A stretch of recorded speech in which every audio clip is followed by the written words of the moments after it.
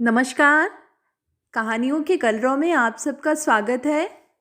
आज हम सुनेंगे मधु काकरिया जी की कहानी चिड़िया ऐसे जीती है। कहानी शुरू करने से पहले मेरा आप सबसे विनम्र निवेदन है, यदि मेरे द्वारा सुनाई गई कहानियाँ आप सबको पसंद आती हों तो कृपया चैनल को सब्सक्राइब करें और अपने दोस्तों में भी साझा करें। तो चलिए शुरू करते हैं। कहानी उन खूबसूरत सुहाने दिनों की है जब साइबेरिया से आए सुंदर सलोने परिंदे हमारी धरती पर उतरते थे, प्रेम की झील में तैरते थे और स्वप्न भरी उड़ान भरा करते थे। उन्हीं खूबसूरत दिनों के चंद खूबसूरत लम्हों में वह कामयाब हो रहा था और उसे लग रहा था कि अब खुल गया है वह दरवाज़ा जिससे होकर वह स्वाद ले सकता है जिंदगी का, चूस सकता है अंगूर की गुच्छी की तरह उसकी अंतिम बूंद, और औरत नाम के उस अज्ञात दुर्गम प्रदेश की सैर भी कर सकता है जो सदैव से ही उसे सम्मोहित करता रहा। और वारे न्यारे किस्मत के भी कि वह दरवाज़ा खुला भी, पर उन्हीं चंद लम्हों जाने क्या तड़क गया, कौन सा आईना टूट गया कि खुले दरवाजे से न घुसकर वह पीछे की तरफ दौड़ गया और दौड़ता ही गया। ऐसा हुआ क्यों, क्यों कर हुआ? कहानी शायद उस क्यों की अभेद्य दीवार न भेद सके, क्योंकि इंसान को पूरी तरह पहचानने का दावा दुनिया का कोई भी कथाकार नहीं कर सकता। पर यह कहानी उसी क्यों की है, उन्हीं चंद लम्हों की जिसमें उसने अपने को रूपांतरित होते देखा और देखा स्वयं को उस खुले दरवाजे से दूर दूर भागते हुए। और यदि आप दार्शनिक भाषा का प्रयोग करने की इजाज़त दें तो कहूँ अपनी मूल सत्ता में वापस लौटते हुए। कहानी की शुरुआत में एक नायक है अखिलेश और है एक नायिका आकांक्षा। कई वर्ष बीत चुके हैं उनकी शादी को, फिर भी वे निसंतान हैं। पर उन्हें कोई गम नहीं है अपने निसंतान होने का, जैसा कि आम दंपति के साथ होता है, क्योंकि दोनों ही सही अर्थों में भाग्यवादी हैं और यह मानते हैं कि ज़िंदगी में सब कुछ नहीं मिलता, इसलिए जो नहीं मिला उसके लिए हाय तौबा मचाने से कोई फ़ायदा नहीं, जो मिला उसी का जमकर आस्वादन लिया जाए। इसीलिए संतान प्राप्ति के लिए पीर, मौला, पंडित, हकीम, संत स्वामी या भविष्यवक्ता चक्कर काटने के बजाय उन्होंने पृथ्वी का चक्कर काटना शुरू कर दिया। इस बार उनकी पृथ्वी थी हिमालय की छांव में बसा छोटा सा नेपाल, जिसके चक्कर उन्हें काटने थे, जिसकी हवाओं को उन्हें महसूस ना था। पर इतने हो हंगामे वाले देश नेपाल ही को क्यों चुना? चलो कोई खामोश हवाओं वाले देश जैसे बैंकॉक, जापान, मलेशिया या फिर सिंगापुर। अखिलेश ने कटोरी में रखे अकुरे चनों को चूमते हुए कहा। पिछले 5-6 दिनों से दोनों के बीच यह मीठी बहस छिड़ी हुई थी। पत्नी नेपाल की रट लगाए थी, पति मलेशिया या सिंगापुर उड़ने का सपना देख रहे थे। आकांक्षा पति को अपनी बौद्धिकता से आतंकित नहीं करना चाहती थी। नेपाल घूमने का उसका एक खास मकसद भी था। एक घरेलू औरत होते हुए भी वह एक खाँटी घरेलू स्त्री नहीं थी। देश और दुनिया में जो हलचलें हो रही थी उनसे वह वाकिफ भी थी। भ्रमण के साथ ही यदि जिज्ञासाओं को भी खाद पानी मिल जाए तो क्या हर्ष की तर्ज पर वह चाहती थी नेपाल का नया चेहरा देखना। नेपाल में हुई नई नवेली जन क्रांति के बारे में उसने टीवी पर देखा और प्रतिक्रियाओं में खूब पढ़ा भी था, और जाने क्यों उसे यह विश्वास होने लगा था कि एक बार यदि किसी विचार को रोप दिया जाए तो देर सवेर उसे फलते फूलते देर नहीं लगती। खुद उसका जीवन भी इसी प्रकार के नए नवेले विचारों के रोपण की प्रयोग भूमि थी। नेपाल है क्यों? अखिलेश ने फिर पूछा। मुझे नेपाल की वाइल्ड लाइफ देखनी है, सिवाय अफ्रीका की वैसी वाइल्ड लाइफ कहीं नहीं। पत्नी ने अपने भीतर की जिज्ञासाओं की नई बनती दुनिया को पति से बचाकर ही रखा, क्योंकि अनुभव ने उसे बता दिया था कि यदि वह कहे कि वह क्रांति का चेहरा देखने नेपाल जाएगी तो कॉमरेड नुमा बॉयफ्रेंड चाहे रीझ जाए उसकी बातों पर ये सनातनी पति, अच्छे भले पतियों को भी पत्नी की ये फितरत चढ़ा देती है। वह इतनी बुद्धिमती है कि संभाल सकती है अपनी कई दुनियाओं को एक साथ। तो तय रहा फिर नेपाल। अखिलेश ने अपने दड़ियल चेहरे को पोंछते हुए आखिरी बार यूं पूछा जैसे समर्पण कर रहा हो उसके आगे। रक्सौल, नेपाल और भारत की सीमा रेखा। जीवन को पूरी मस्ती के साथ जीते भोगते दोनों भारत और नेपाल की सीमा रेखा रक्सौल पर उतरे। पर उतरते ही जो देखा कि आत्मा बिध गई आकांक्षा की।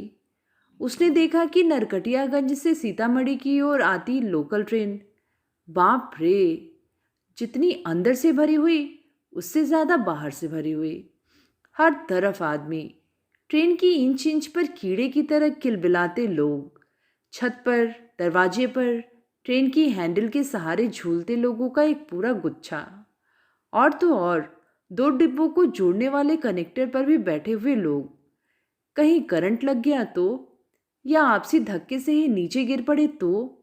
इतने वेग से चलती हुई ट्रेन, कहीं संतुलन बिगड़ गया तो, एक दूसरे की टक्कर ही लग जाए, क्या झरझर बहते पसीने को पोंछने कोई पंखा उठ जाए, या खुजली ही चल जाए, तो सीधी मौत। बाप रे!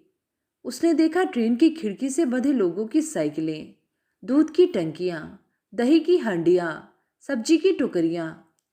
हे भगवान, कैसी कैसी परिस्थितियों में जी लेते हैं लोग। ट्रेन में खोई ठहरी ठिठकी अवाक सी सोच रही थी। तभी कानों से अखिलेश की आवाज टकराई। क्या जनाब का भी इस ट्रेन में चढ़ने का इरादा है? इन्हें देखकर लगता है जैसे ये माँ की कोख से नहीं, ट्रेन की कोख से जन्मे हैं। देखो ना, कैसे इसकी इंच इंच से चिपके हैं ये लोग। इस ट्रेन की तस्वीर खींच के विदेश में भेज दो, अच्छी खासी कमाई हो जाएगी। अखिलेश ने चुटकी ली। तुम्हें कमाई की सोच रही है?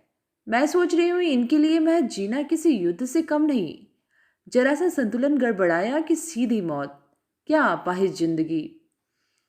क्या करें ये भी, पास में देने को पैसे नहीं, कोई दूसरी ट्रेन नहीं।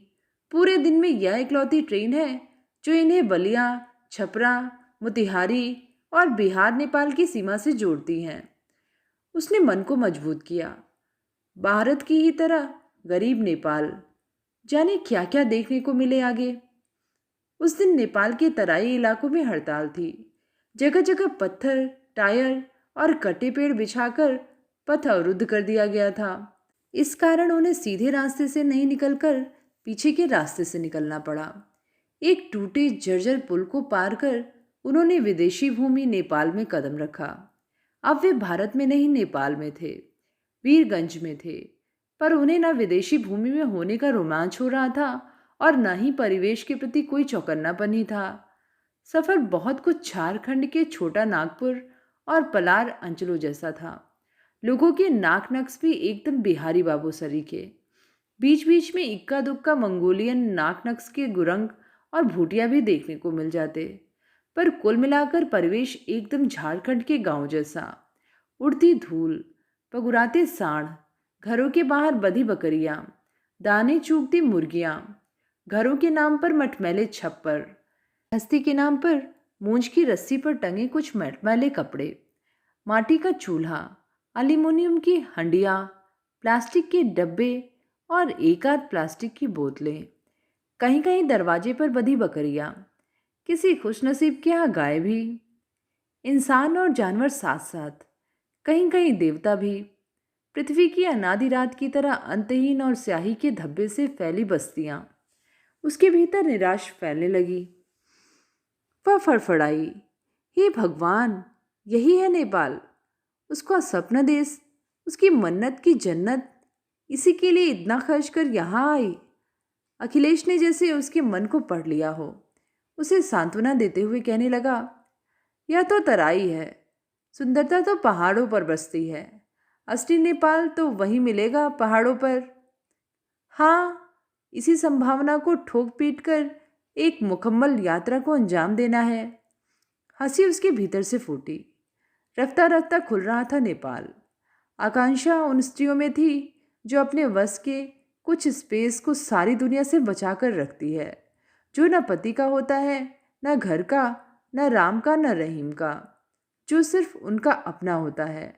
जब जब सुख या दुख के अतिरेक में होती हैं, वह चुपचाप खिसक जाती हैं उस बचे हुए स्पेस में, और तैरती रहती हैं दूर दूर तक भीतर के शांत समुद्र में, और ढूंढती रहती है जिंदगी को, उसके अर्थ को। इन क्षणों में भी उड़ रही है वह उसी शांत समुद्र में। खुलकर छोड़ दिया था उसने अपनी कल्पनाओं को, विचारों को। सुनो, चलोगी? माउंटेन फ्लाइट्स, बुद्धा एयरलाइंस आयोजित करती है ऐसी उड़ानें। वहां से हम बर्फ से ढकी हिमालय की चोटियों को, यहाँ तक कि एवरेस्ट को भी देख सकते हैं। वह चुप, उज्बक सी काठमांडू के तिब्बती स्टाइल में बने पुराने मंदिरों से निगाह हटा उसकी ओर ताकने लगी। अखिलेश झुंझला पड़ा। कहाँ खोई रहती हो? तब से पूछ रहा हूं। चलना है माउंटेन फ्लाइट्स? वह भीतर से बाहर लौटी। क्या कहा? Mountain flights? क्या संभव है ऐसा? पर्वत श्रृंखलाओं के बीच चांदी सी चमकती एवरेस्ट को देखना, अदृश्य को महसूस करना। भावावेश में उसने अखिलेश को वहीं बाहों से भर लिया। हाँ हाँ, क्यों नहीं। कूदते फांदते, एक दूसरे में बसंत उगाते, वे बुद्धा एयरलाइंस के ऑफिस की ओर बढ़ने लगे। उन्हें पता भी नहीं चला कब उनके इस जादुई हवाई महल की हवाएं उड़ती हुई होटल सूर्या के रूम नंबर 110 तक पहुंच गई, और ऑक्सीजन की कमी के मारे रामश्रेष्ठ की नींद उड़ गई। हाँ, आकांक्षा को एकाध बार यह जरूर लगा था कि उनके बगल के ही कमरे में ठहरी एक जोड़ी लपलपाती आंखें जब तक कभी रिसेप्शन तो कभी डाइनिंग हॉल में पीछा करती रहती उसका। करे क्या, क्यों डरे? वह उस मुहासों भरी निग्रो खोपड़ी से, रूम नंबर 110 वाले के कड़े कड़े और खड़े बालों वाली खोपड़ी के चलते उसने मन ही मन उसे निग्रो खोपड़ी नाम दे रखा था। जब तक उसकी गंजी खोपड़ी, अखिलेश के हल्के बालों के गंजेपन के कारण उसे वह प्यार से गंजी खोपड़ी कहती थी, है उसके साथ। बहरहाल 110 वाले के ख्याल से कबड्डी खेलते हुए उसने उसके ख्याल को अपने दिमाग की बाउंड्री लाइन से बाहर भेज दिया। उड़ान दूसरे दिन होने वाली थी। सुबह ठीक 8 बजे।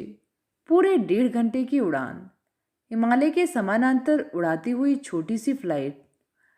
पूरे दिन वह आने वाली उड़ान के जादू में, हिमालय की बर्फीली सुंदरता के रोमांच में डूब जाना चाहती थी। पर अखिलेश बेताब था काठमांडू के ख्यात कुख्यात कैसीनो के अनुभव के लिए। मन मार उसे जाना पड़ा कैसीनो, पर डूब नहीं पाई वह वहाँ। बस तैरती रही ऊपर ही ऊपर, निभाती रही एक सैलानी का धर्म। कैसीनो के आधुनिकता, साज सज्जा, रईसी, तड़क भड़क, चकाचौंध करती रोशनियों, लगधक बैरों और करोड़ों रुपयों से भरी स्वचालित मशीनों को देख जहां अखिलेश विस्मित विमुग्ध था, वहीं आकांक्षा के ख्यालों में एकाएक रक्सौल और बीरगंज के बीच फैला उजाड़ और इंच इंच लोगों से भरी ट्रेन कौंध गई। वह उदास हुई, यह सोचकर कि एक नेपाल में कई नेपाल, जैसे एक भारत में कई भारत। वह परेशान हुई। इस मायावी जुआ घर ने उसके खुले आसमान पर पाबंदी लगा दी थी। बुरा सा मुंह बनाकर कहा उसने, क्या अद्भुत जुआ घर है यह भी, कितना मायावी। ये एयर इंडिया के स्टाइल में सलाम करते लगतक बैरे भ्रम पैदा करते हैं आपको किसी उच्च समाज का हिस्सा होने का, पर उस भ्रम के आड़े आता है आपका आर्थिक पौनापन। तो लीजिए, हाजिर है इस आर्थिक बौने पर से उबरने के लिए ये सर्वनाशी मशीनें। सचमुच 21वीं शताब्दी का सबसे बड़ा कमाल कि यहाँ बुरा भी बुरा नहीं दिखता, अंधेरा भी जगमगाहट दिखाता है। हर ऋण को लचकदार बनाया है इस शताब्दी ने। देखो ना, तुम्हारे जैसा कर्मठ व्यक्ति भी कितना खुश है जुए में 1,500 जीत कर। तुम भी भूल गए कि यहाँ अर्जन परिश्रम, सामर्थ्य और पुरुषार्थ का नहीं, जुए और तिकड़म का हम बिस्तर है। पति ने फिर पुचकारा उसे। देखो, जब मैं तुम्हारे साथ पौधों, परिंदों और जंगलों के बीच होता हूँ तो कैसे तुमसे घुल मिल जाता हूँ, तुम में बहने लगता हूँ। वैसे ही यहाँ मशीनों के बीच क्या तुम मेरी पसंद नहीं जी सकती, नहीं बस सकती मेरे भीतर? वह हंसी। मनी मन कहा उसने, कुछ परिंदे ऐसे होते हैं जिनके सुर किसी से भी नहीं मिलते, पर तुम इसे नहीं समझोगे अखिलेश। अखिलेश दूसरी मशीन की ओर बढ़ा। इस बार फिर उसने खेला, पर इस बार वह 1500 रुपये हार गया। कैसीनो का सारा जादू तड़क गया। अखिलेश ने हिसाब लगाया। 10 मिनट में कमाई 1,000 रुपये और गवाया 1,500 रुपये। पर कैसीनो के दरवाजे पर आकर वह ठिठक गई, जैसे छिपकली गिर पड़ी हो उस पर। उसने दो बातें एक साथ नोट की। उसके साथ वाले रूम नंबर 111 का निग्रो खोपड़ी उसी कसीनो में उससे थोड़ा दूर हटकर खीसे निपोर रही थी। दूसरी बात यह थी कि कसीनो के दरवाजे पर लिखा था, नेपाल के इस कसीनो में नेपालियों को घुसने की इजाज़त नहीं। पर क्यों? जो अपना पसीना उलीच उलीच कर सींच रहे हैं इस देश को, उन्हीं को देश निकाला। उसकी हैरानी फड़फड़ाई। शायद इसलिए कि गरीबी, भाग्य और भगवान का मारा नेपाली कहीं अपनी तलब दुगनी करने के लालच में अपनी गाढ़ी पसीने की कमाई को यहाँ फूंक न दे। अखिलेश ने कहा, नहीं, इसलिए कि कहीं विदेशी सैलानियों के वैभव और व्यभिचार की इस चादर में टाट का पैबंद न लग जाए। विद्रुपता से उसके होठ वक्र हुए। विचारों की फुनगियों पर वह फिर उछल कूद करने लगी। इसी जुए और शराब ने ही शायद नेपाल को 240 वर्षों तक एक विचारहीन सामंती राजतंत्र में रहने दिया। लेकिन अब नया बना नेपाल सीख रहा है सोचना। उसे अच्छा लगा यह जानकर कि इस नए नेपाल में खुलेआम जहाँ तहाँ शराब पीने पर पाबंदी लगा दी है। उसने पढ़े दीवारों पर लिखे नारे, नए नेपाल को आधार, शिक्षा, स्वास्थ्य, रोजगार, मौलिक अधिकार। आम इंसान में भी स्वप्न जगाने वाले हैं ये नारे। वह सुखी हुई नेपाल के सुख से। दूसरी सुबह बुद्धा एयरलाइंस माउंटेन फ्लाइट्स, अपरिमित और अद्भुत सौंदर्य, नजरों के छोर तक, सृष्टि के अंत तक, दिमाग में उड़ते हुए। सभी सैलानी देशी विदेशी सम्मोहित थे प्रकृति के इस अद्भुत करिश्मे पर जिसका नाम था हिमालय। बादलों के ऊपर तैरते हुए वह भी भाव विभोर थी। यह है असली नेपाल। कितना अच्छा किया उसने यहाँ आकर। सच, जिंदगी की रचना स्वयं करनी होती है। उसने नजरें घुमाई। आजू बाजू सभी रोमांचित थे। पलक तक अपलक थी कि कहीं चांदी से ढकी पर्वत श्रेणियों और नीचे आसमान में बहते रहने के मौजी पलों का एहसास पल भर के लिए भी छिटक न जाए। अचानक उसके जहन में टिमटिमाया नील आर्मस्ट्रॉन्ग, जिसने चंद्रमा पर खड़े होकर जब नीचे ताका तो उसके मुंह से निकला, हाय मेरी धरती। उसने यह नहीं कहा, हाय मेरा देश, मेरा अमेरिका। ऊंचाइयां सारी क्षुद्रताओं को मिटा देती हैं। उसने आदतन फिर सोचा। एकाएक विमान की गति थोड़ी धीमी हुई। बादलों के ऊपर तैरते हुए अब वह एवरेस्ट के एकदम पड़ोस में थी। उसकी जबरदस्त इच्छा थी कि वह विंडो सीट के छोटे से शीशे को तोड़ दे और खुली आंखों से देखे ये अद्भुत नज़ारे। हठात उसने महसूसा उसके भीतर कंपन था, जिस्म के पोर पोर में उतरती इस अलौकिक सुंदरता का कंपन, इस अपरिमित सौंदर्य को सह न पाने का कंपन। काश इस सुंदरता को बरकरार रख पाने में वह भी दे पाती अपना योगदान। पर कैसे? वह एकाएक उदास हुई, यह सोचकर कि अब तक की अपनी जिंदगी में उसने जीवन से लिया ही लिया, वापस कुछ भी लौटा नहीं सकी। वह अच्छे काम करने का और मनुष्य के काम आने का वरदान हर एक को नहीं मिलता। सोचकर उसने खुद को दिलासा दी और तभी उसकी नज़र दूसरी विंडो सीट पर पड़ी तो वह चौंक गई। जैसे मौजों का उमड़ता हुआ समुद्र एकाएक ठहर गया हो, जैसे आंख में कुछ गड़ गया हो। अरे क्या! उसके ठीक सामने वाली विंडो सीट पर, उस विमान में सभी सीटें विंडो सीट थी, वह बैठा था। वही रूम नंबर 110 का निग्रो खोपड़ी, जो अपनी सीट पर चौथाई कमर टिकाए ऊँट की तरह उचक उचक कर बजाय चांदी के शिखरों को देखने के उसे ही दीदे फाड़ फाड़ ताके जा रहा था। वे लम्हे इतने भरपूर उदात्तता और जीवन का जादू जगाने वाले थे कि उसने उन क्षणों उसके प्रति उठने वाली सारी दुर्भावनाओं, शंकाओं और आशंकाओं को भी देश निकाला दे दिया था। उन क्षणों उसकी चेतना के कण कण में सारी इंद्रियों में सौंदर्य भरा था, सिर्फ सौंदर्य। नीचे उतरकर भी नीचे नहीं उतरी वह, ऊपर ही ऊपर उड़ती रही। जाने कितनी देर तक वह समय के पार ले जाने वाली उन्हीं लम्हों को जीती रही जिन्होंने उसे नील आर्मस्ट्रॉन्ग की याद दिला उसकी चेतना को विश्व चेतना का विस्तार दिया।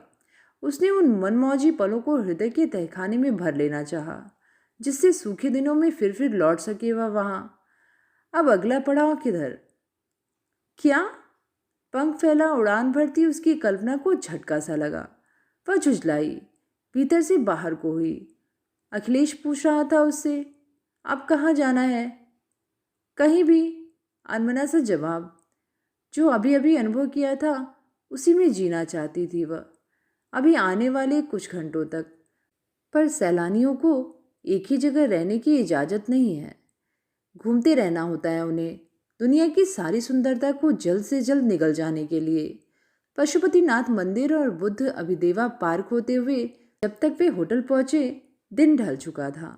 रात सन्नाटा ओढ़ने लगी थी। रिमझिम रिमझिम बारिश शुरू हो गई थी। होटल में घुसते ही उसे निराशा हुई। लोड शेडिंग थी।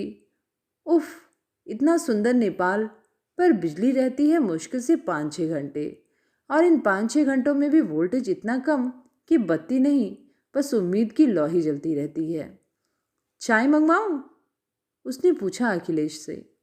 अखिलेश, जो कमरे में घुसते ही पलंग पर जूतों सहित कटी डाल सा औंधा पड़ गया था। नहीं, चाय नहीं, अच्छा नहीं लग रहा है, उल्टी उल्टी लग रही है। चाहो तो थोड़ा नींबू का शरबत दे दो, शायद कैंटीन में मिल जाए नींबू, लगभग कराते हुए कहा अखिलेश ने। क्या? वह चिंतित हुई।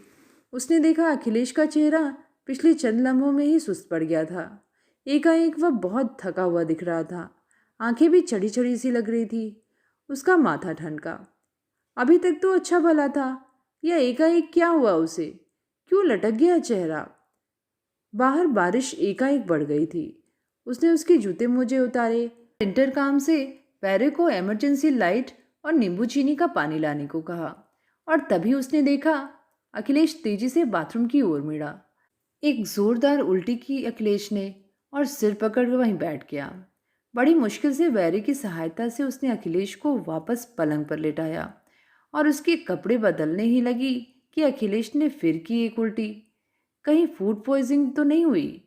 उसने होटल मैनेजर को फ़ोन कर पूछा, क्या कोई डॉक्टर आ सकता है? हाँ, अभी तुरंत अखिलेश को देखने। बारिश थमने का इंतज़ार करें, ठंडा ठंडा जवाब आया। बारिश थमने तक क्या ठिकाना बारिश का? वह फनफनाई। एक नज़र उसने फर्श पर पड़ी उल्टी पर डाली। जाने क्यों उसे लगा कि अखिलेश की उल्टी में खून के रेसे हैं। हे भगवान! उसकी आंखों के आगे अंधेरा छा गया। डर उसके सीने पर चढ़ उसकी गर्दन दबोचने लगा। परदेश, रात का समय, शहर से इतनी दूर, होटल, बारिश, उल्टी, खून के रेसे और अखिलेश का यूं औंधा पड़ जाना। क्या किसी अनिष्ट की आशंका है? उसका अंश अंश कांपा, मन पंखुड़ी पंखुड़ी बिखरा। उसने फिर होटल मैनेजर को फ़ोन लगाना चाहा, तो मोबाइल ही नहीं चला उससे। हे भगवान!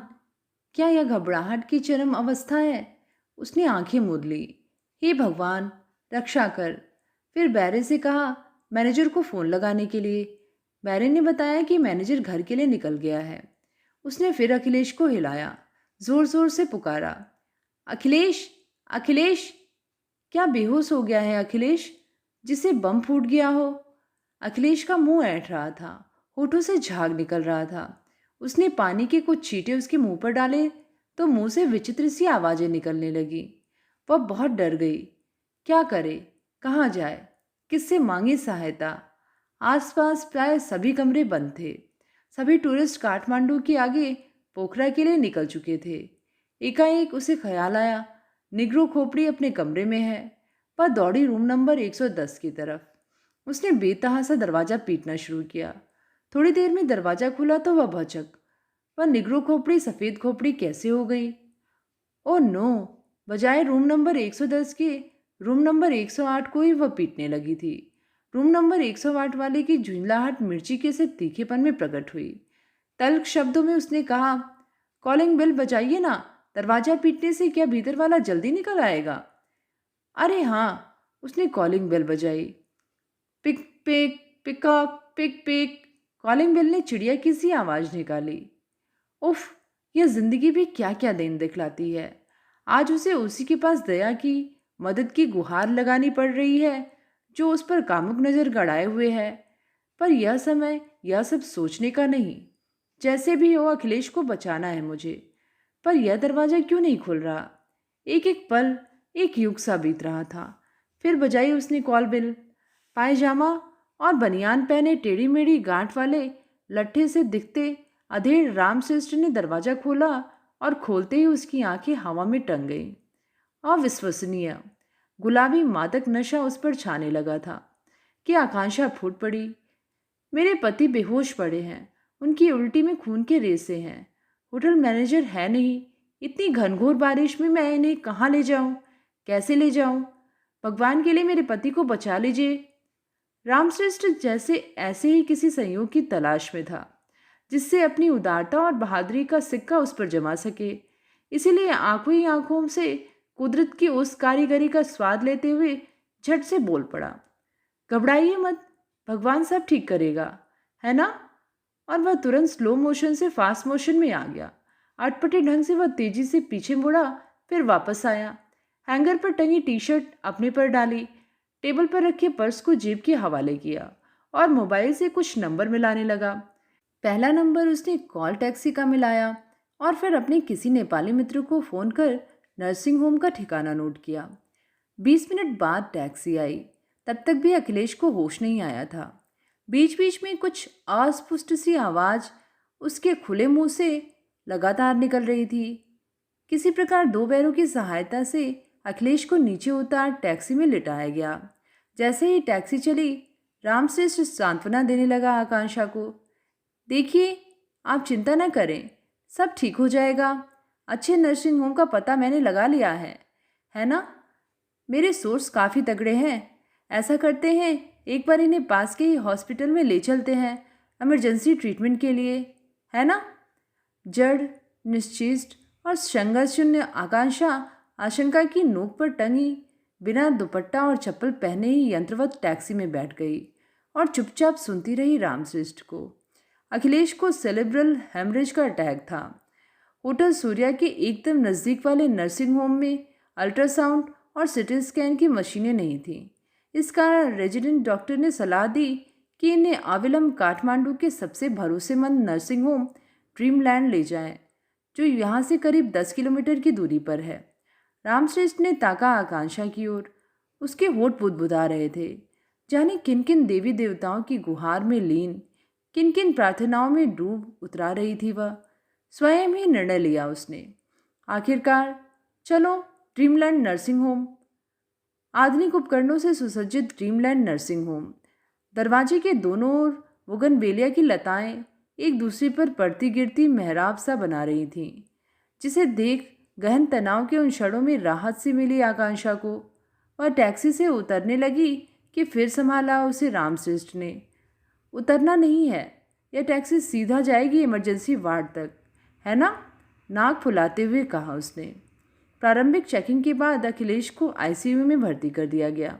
आधे घंटे के बाद डॉक्टर प्रदीप घिमानी ने मुस्कान बिखेरते हुए दिलासा दी, चिंता की कोई बात नहीं है, हालात नियंत्रण में हैं, पेशेंट खतरे से बाहर है। यदि थोड़ी और देर हो जाती तो केस खराब हो सकता था। कल दोपहर को सर्जरी करनी पड़ सकती है। ठीक है, हम दोनों नीचे रिसेप्शन में इंतज़ार करते हैं। कोई आवश्यकता हो तो हमें बुला लीजिएगा, है ना? संतुष्ट होते हुए कहा रामश्रेष्ठ ने। डॉक्टर घिमानी के माथे पर 3 सिलवटें उभरी। रात में पेशेंट को संभाले की पार्टी को मुलायम मुलायम शब्दों में कहा उन्होंने। देखिए, कोई फ़ायदा नहीं है। मैं एडवाइस करूँगा कि आप आज रात होटल जाकर आराम कीजिए। दिन भर की भाग दौड़ से पहले ही आप दोनों बेहद थके हुए दिखते हैं। कल संभव है इनका ऑपरेशन भी करना पड़े। अच्छा होगा आज रात आप दोनों आराम कर लें, जिससे कल आप पूरी तरह से ताकत और ऊर्जा के साथ मरीज की देखभाल कर सके। यूँ भी हम आपको पेशेंट से सुबह 9 बजे के पहले मिलने नहीं देंगे। न्यूरोलॉजिस्ट डॉक्टर प्रदीप घिमानी ने आकांक्षा के डर और परेशानी से पीले पड़े चेहरे को करुणा से देखते हुए कहा। ठीक है, जैसी आपकी सलाह, है ना? और वे होटल की तरफ लौटती यात्रा। पिछले 7-8 घंटों में पहली बार राहत की सांस ली आकांक्षा ने। डॉक्टरों ने कह दिया है, उन्हें होश आ गया है, हालात नियंत्रण में है। यही क्या कम राहत की बात है उसके लिए। उफ, कितनी तोड़ फोड़ हुई इन 8 घंटों में, कितनी लहूलुहान हुई है वह। जिंदगी भी क्या क्या दिखाती है। कौन सोच सकता था कि उसे उसी लंपट का दरवाज़ा खटखटाना पड़ेगा जिसकी आंखों में उमड़ते वासना के ज्वार को खुद देख चुकी थी वह अपनी आंखों से। खैर, जो भी हो, शुक्रगुजार है वह उसकी। जान बचाई है उसने उसके पति की। उसने कनखियों से देखा। ऊँघ रहा था वह टैक्सी में। एकाएक उसके पाँव में कुछ गड़ा। वह चौंकी, जैसे करंट लग गया हो। हे भगवान!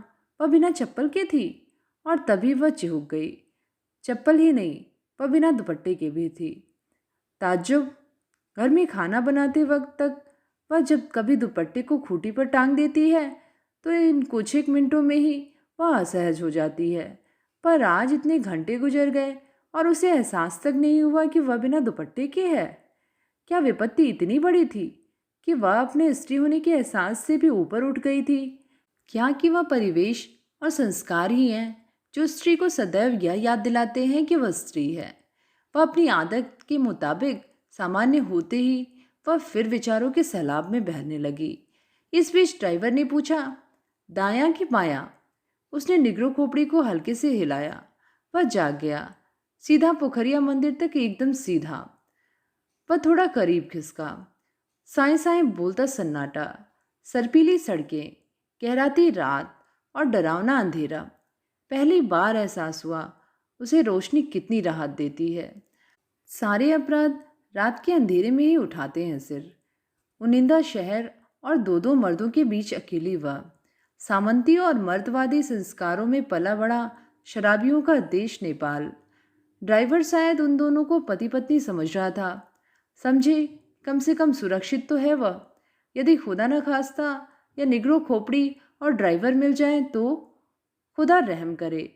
जाने कहाँ पढ़ा था उसने कि दिल्ली की सड़कों पर आधी रात में गुजरती अकेली लड़की का सामूहिक बलात्कार और फिर हत्या। यदि उसे कुछ हो गया तो कौन संभालेगा अखिलेश को? सहमी चिड़िया सी सिकुड़ी वह। फिर उसके पोर पोर में सुरसुरी हुई। काले दुपट्टे सा फैला अंधकार चहुओर। उसका सर्वांग कांपा कि तभी उसने देखा वह उसके थोड़ा और करीब खिसका। आ गया असली रूप में। वह घबराई। वह होटल क्यों नहीं आ रहा? पहाड़ सा गुजरता एक एक पल। डर और आवेग पर काबू पाने के लिए उसने मुट्ठियां भींची।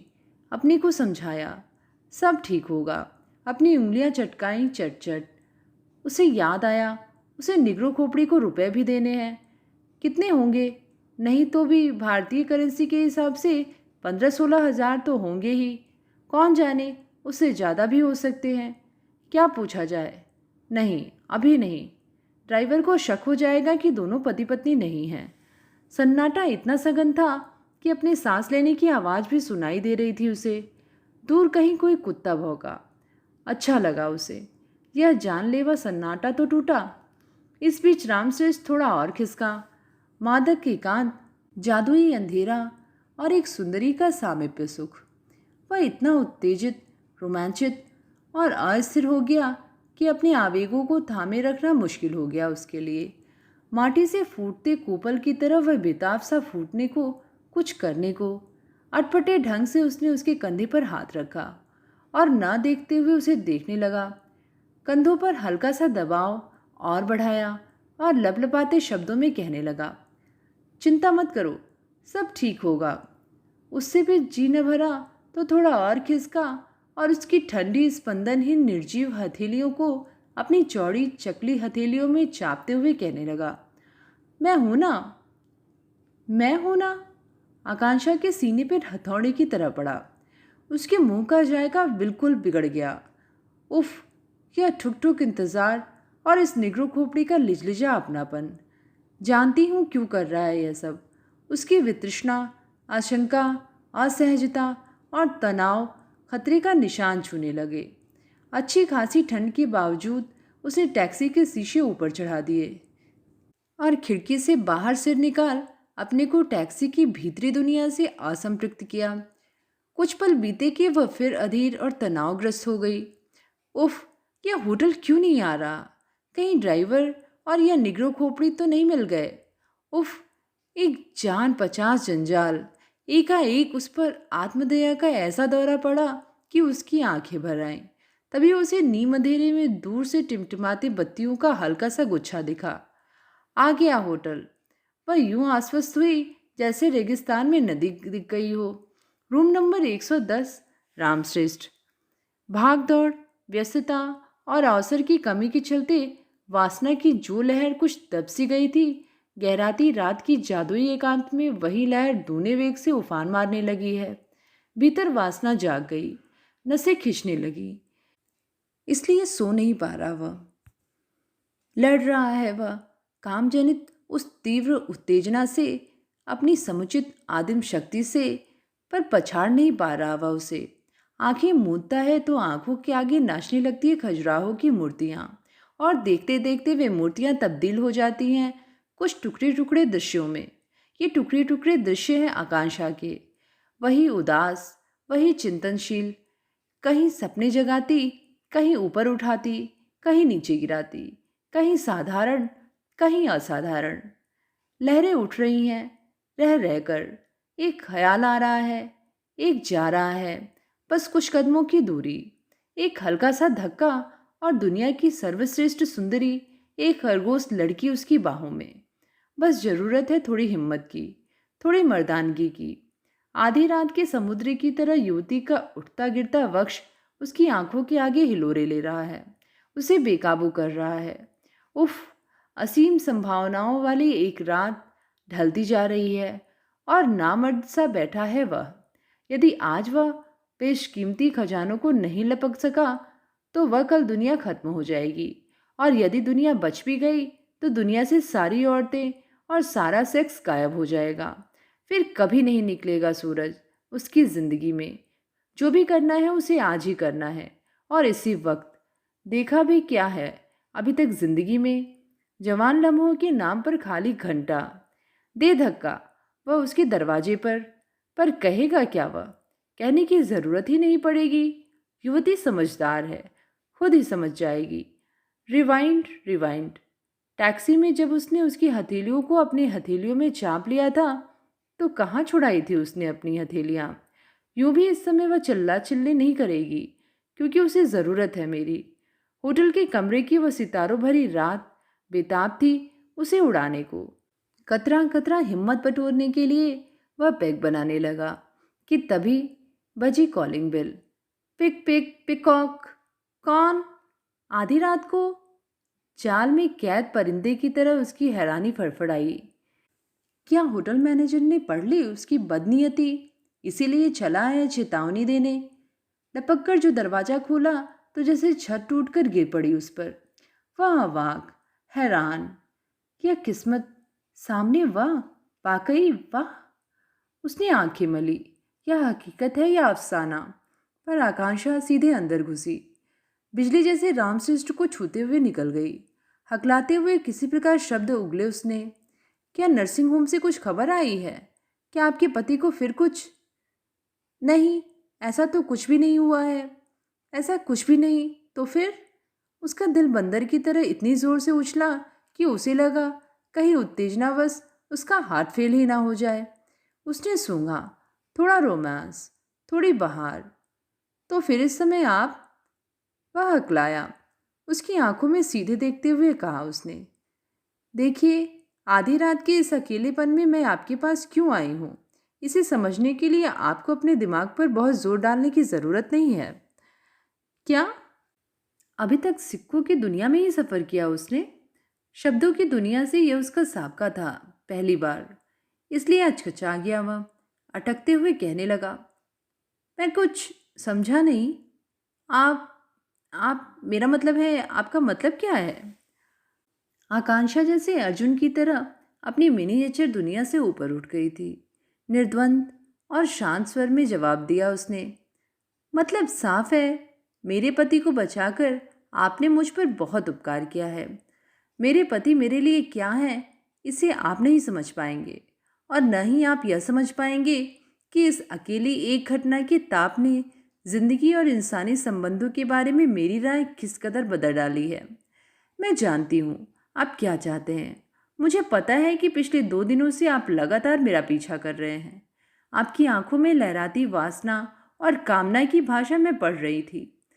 खैर, आपने जिस कामना के वशीभूत मुझ पर यह उपकार किया है, उसका ऋण चुकाने में आई हूँ। कृतज्ञता के भार से मुझे मुक्ति न मिले तो कम से कम यह संतोष तो मेरी पूंजी रहेगा ही कि जिसने मुझे मेरी जिंदगी, मेरी उड़ान मुझे वापस लौटाई, उसकी इच्छा पूर्ति का माध्यम मैं बन पाई, बचा पाई अपने नारित्व को। तो आगे बढ़ो सहयात्री, मैं स्वयं को प्रस्तुत करती हूँ। क्या क्या आकांक्षा की बातों में कुछ भी बनावटी न था। सब कुछ इतना ही कुदरती था जितना हवा पानी। फिर भी उसे खरोच लगी। उफ, सारे सत्य निर्वस्त्र हुए। तो उसे पता चला कि मैं उसका पीछा कर रहा था। वह समझ गई कि किस इच्छा पूर्ति के लिए मैंने बचाया उसके पति को। स्केचर की तरह पढ़ डाला उसने मेरे मन को। वह क्षण अनंत तक फैल गया। उसे लगा जैसे अनादिकाल से आकांक्षा वैसे ही खड़ी हुई है, खुद को प्रस्तुत करते हुए। स्त्री का यह रूप इतना रहस्यमय, ऐसा भी होता है क्या? उसे काट मार गया। जिंदगी में पहली मर्तबा उसे बौनापन की अनुभूति हुई, वह भी किसी स्त्री के सामने। जिंदगी में पहली बार शब्द सलाखों की तरह उस पर पड़े। लेकिन युवती का बोलना जारी रहा। मैं नहीं जानती पाप पुण्य, नैतिकता अनैतिकता, धर्म अधर्म, इन सभी सवालों को मैंने अफीम पिलाकर सुला दिया है। नहीं, इसे तुम क्षण का आवेग भी मत समझना और न ही मेरे सतीत्व की ही चिंता करना, क्योंकि जो कुछ तुम तक जाएगा वह सिर्फ मेरा सरप्लस रहेगा। मेरा मैं मेरे पास सुरक्षित रहेगा। पर तुम शायद इसे नहीं समझोगे। उसने फिर कहा, आगे बढ़ो सहयात्री। रामश्रेष्ठ ने झांका उसकी आंखों में। क्या वहां भी कामना की कोई लहर? पर उस निशंक और निर्विकार आंखों में पसरा हुआ था वैराग्य, सिर्फ वैराग्य। वह लज्जित हुआ, महालज्जित। उसकी वासना निढाल हुई, जैसे कंधे तोड़ दिए हों किसी ने उसके। उसके भीतर कंपन हुआ और एक गहरी उदासी उस पर तारी होने लगी। वह समझ नहीं पाया ऐसा क्यों हुआ, पर ऐसा हुआ। जो औरत कुछ समय पूर्व तक आंख की लपट थी, वह एकाएक लुढ़कती ओस की बूंद बन उसे कैसे ठंडा कर गई, वह समझ नहीं पाया। उस औरत के सामने खड़ा रहना दुश्वार हुआ उसके लिए। उसे घुटन होने लगी, जैसे हवाएं रुक गई हों और देह की रेत बिखर गई चारों ओर। उसने आहिस्ता से दरवाजा खोला और आकांक्षा से बिना आंखें मिलाए तेजी से बाहर निकल गया, खुलकर सांस लेने के लिए, अपने को बचाने के लिए। तो ये थी कहानी चिड़िया ऐसे जीती है। कहानी आप सबको कैसी लगी नीचे कमेंट में लिख के ज़रूर बताइएगा। आगे भी ऐसी ही कहानियाँ सुनते रहने के लिए चैनल को ज़रूर सब्सक्राइब करें और अपने मित्रों में भी साझा करें। तो फिर मिलेंगे एक नई कहानी के साथ। धन्यवाद।